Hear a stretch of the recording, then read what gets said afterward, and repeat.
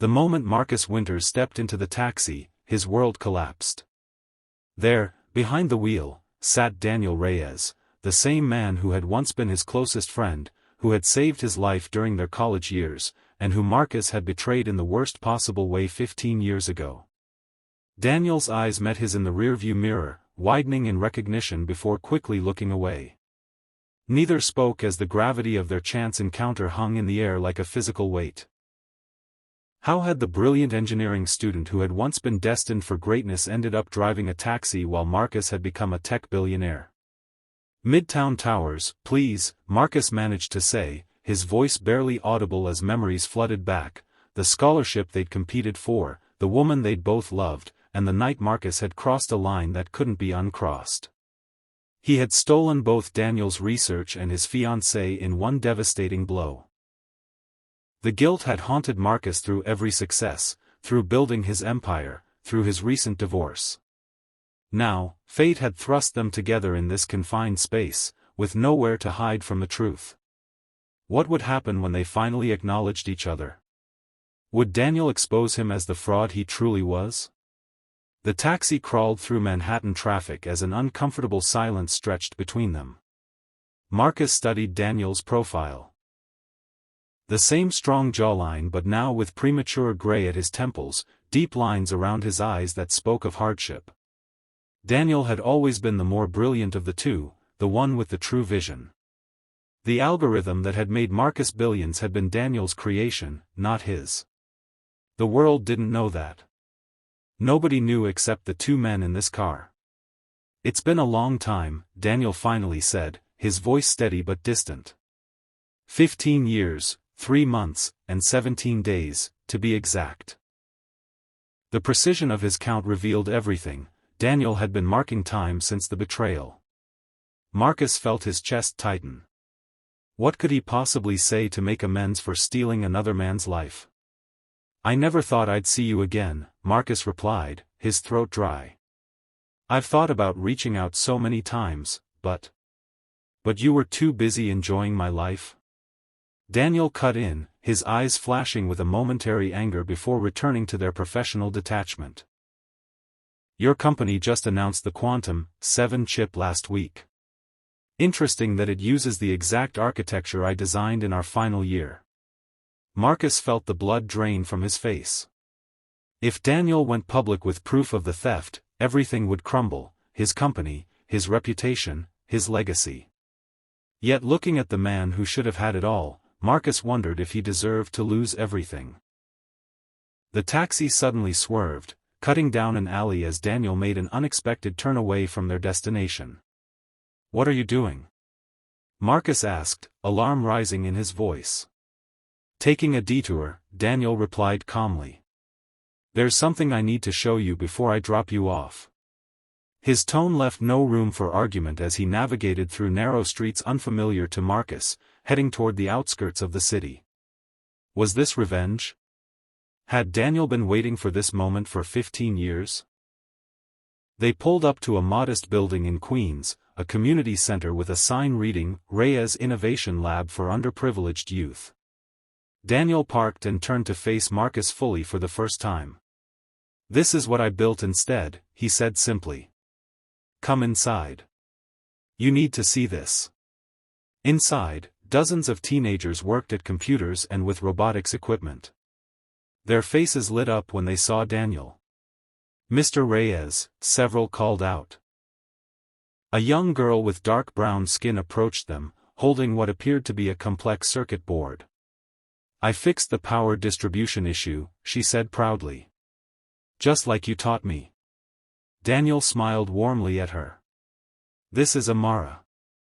She's 17 and has already developed 2 patents. She reminds me of someone I used to know." His eyes met Marcus's, and the unspoken comparison hung between them. As Daniel showed him around, Marcus realized with growing amazement that Daniel hadn't stopped innovating, he'd simply chosen a different path. The center was filled with groundbreaking projects, all being developed by kids from disadvantaged backgrounds. "I drive the taxi to keep this place running," Daniel explained. "These kids have the brilliance but not the opportunities we had. Why didn't you fight for what I took from you? Marcus asked, his voice barely above a whisper. Daniel's answer struck like a physical blow. Because Sophia was dying, Marcus. She needed the experimental treatment only your new money could provide. Did you never wonder why she left me for you so suddenly? Why I disappeared without a fight? Marcus staggered backward, gripping a nearby table for support. Sophia, his ex-wife, Daniel's former fiancée, had never told him she'd been sick. The revelation that his greatest triumph had been orchestrated as a sacrifice shattered everything he thought he knew. She recovered. We were married for 10 years before the divorce. Yes, Daniel nodded. The treatment worked. I gave up everything so she could live, even if it meant living without me. She made me promise never to tell you. She knew your ego couldn't handle knowing you were chosen for your money, not yourself. The weight of this truth crushed Marcus's carefully constructed reality. His success, his marriage, all built on a foundation of manipulation and lies. Not just his betrayal, but Sophia's as well. Why are you showing me this now? He asked, gesturing to the center around them. Daniel's eyes softened slightly. Because despite everything, these kids need what you have: resources, connections, legitimacy. I've been developing something here that could change everything, but we've hit a wall without proper funding. He led Marcus to a back room where a complex prototype sat on a workbench. This is what your Quantum 7 chip was supposed to be before you simplified it for mass production. This is the true evolution of my original design, one that could revolutionize medical diagnostics in developing countries. Marcus stared at the device, recognizing immediately its brilliance and potential.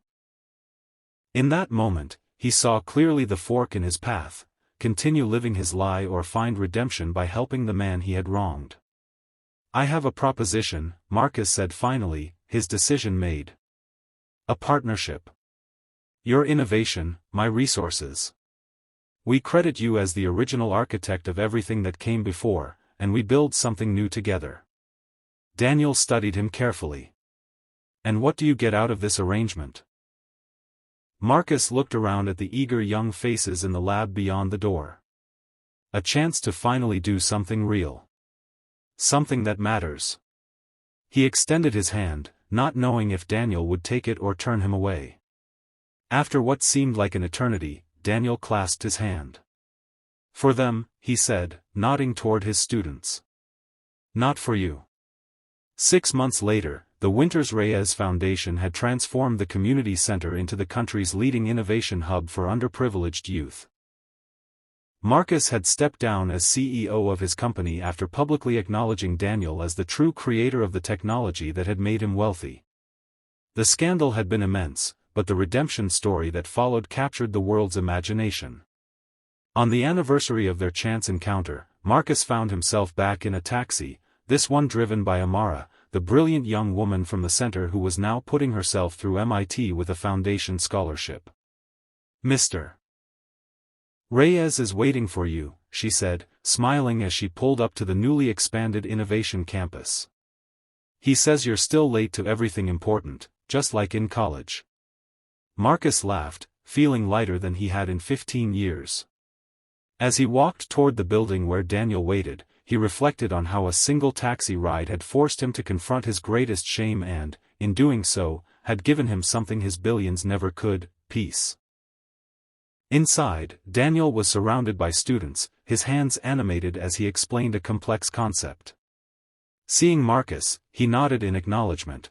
Not quite friendship, not yet, but something like respect beginning to take its place. If you've enjoyed this journey of redemption, Daniel addressed the documentary crew that had been following their story, remember that real change happens when we face our truths and choose to be better. Subscribe to see the next chapter of our students' innovations. They're the ones truly worth following.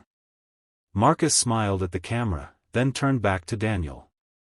The road ahead would be long, but for the first time in 15 years, both men were finally traveling in the same direction.